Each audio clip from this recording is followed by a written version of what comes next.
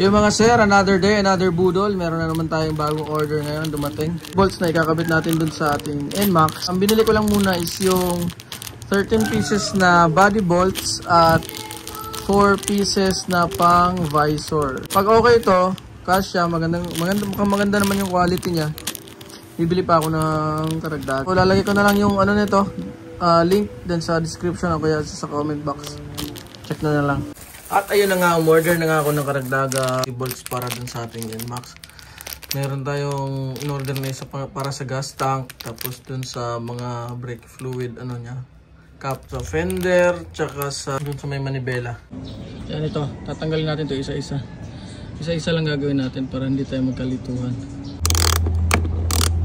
So, patin nga muna natin para sa haba. Yan, yun, 8. Yan, nalagyan ko na ito. Yan, yung mga yan. Tapos dito. Tapos dito sa harap.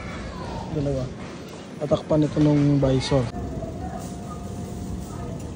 Gitna, ito yung sa kanya reserva. Ito yung sa tangke. Yan. Fender. Dalawa. Sa kabila, ganun din.